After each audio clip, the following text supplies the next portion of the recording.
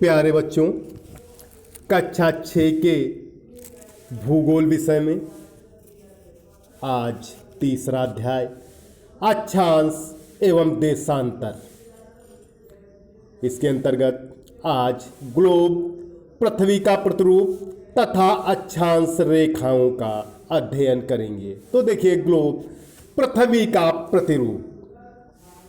हम सभी इस तथ्य से भली भांति अवगत हो चुके हैं कि हमारी पृथ्वी का स्वरूप गोलाकार न होकर भू-आभ है। कैसा है? भू-आभ। क्योंकि यह मध्य में उभरी है तथा उत्तर और दक्षिण ध्रुवों पर थोड़ी चपटी है। इसके वास्तविक रूप को हम नहीं देख पाते। अंतरिक्ष से पृथ्वी के वास्तविक रूप को देखा जा सकता है। हम सभी ने अपने विद्यालय में ग्लोब को अब देखा होगा। आप पढ़ चुके हैं कि यह पृथ्वी का प्रतिरूप है। यह छोटा बड़ा सभी आकार में बनाया जाता है। ग्लोब दो बिंदुओं के सहारे थोड़ा झुका रहता है। इन दोनों बिंदुओं को मिलाने वाली रेखा की अक्ष कहलाती है। इस अक्ष का एक सिरा उत्तरी ध्रुव तथा दूसरा सिरा दक्षिणी ध्रुव कहलाता है। ग्लोब की भांति पृथ्वी भी अपने अक्ष के सहारे घूमती है। इसे पृथ्वी की घूर्णन गति कहा जाता है। यह 24 घंटे में एक बार पूरी तरह घूम जाती है। ग्लोब पर अनेक रेखाएं दिखाई देती हैं। इनमें से कुछ रेखाएं दोनों ध्रुवों को मिलाती हुई अर्धवृत्ताकार बनी होती हैं।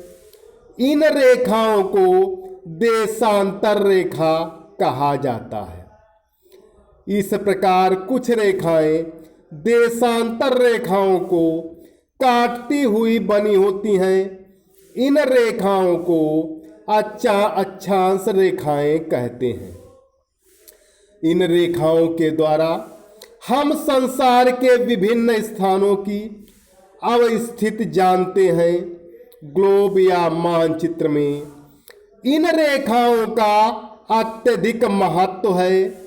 इसके द्वारा विश्व के किसी स्थान को मानचित्र में शीघ्रता से ढूंढा जा सकता है। आगे देखिए, अक्षांश रेखाएं पृथ्वी के उत्तरी एवं दक्षिणी ध्रुवों के मध्य स्थित काल्पनिक रेखा को विषुवत रेखा या भूमध्य रेखा कहते हैं। यह रेखा ग्लोब को दो बराबर भागों में बांटती है। यह शून्य अंश अक्षांश रेखा होती है।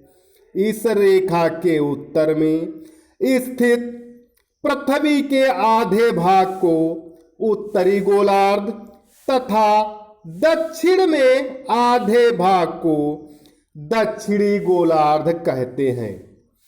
विषुवत वृत्त के समानांतर स्थित रेखाओं को अक्षांश रेखाएं कहा जाता है।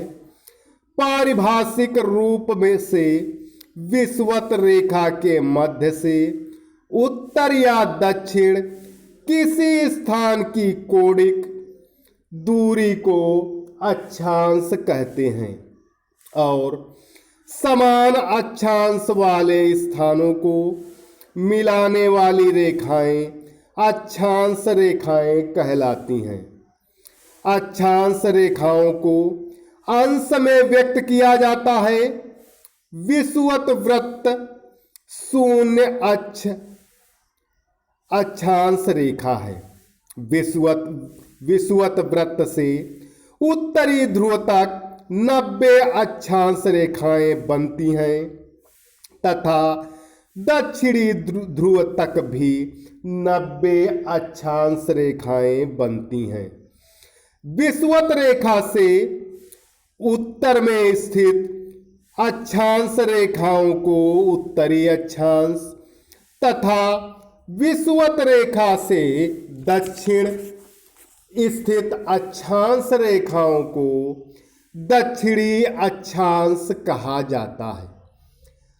90 डिग्री उत्तरी या दक्षिणी अक्षांश की रेखा ग्लोब पर एक बिंदु से प्रदर्शित होती है, जबकि भूमध्य रेखा सबसे बड़ी अक्षांश रेखा होती है।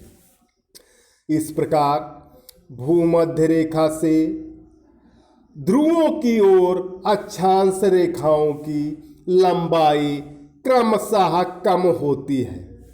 तो प्यारे बच्चों, आज इस वीडियो में इतना ही। सभी विद्यार्थी ग्लोब, पृथ्वी का प्रतिरूप और अक्षांश रेखाओं के बारे में अपने शब्दों में लिखकर होमवर्क वाले ग्रुप पर अवश्य डालें। धन्यवाद।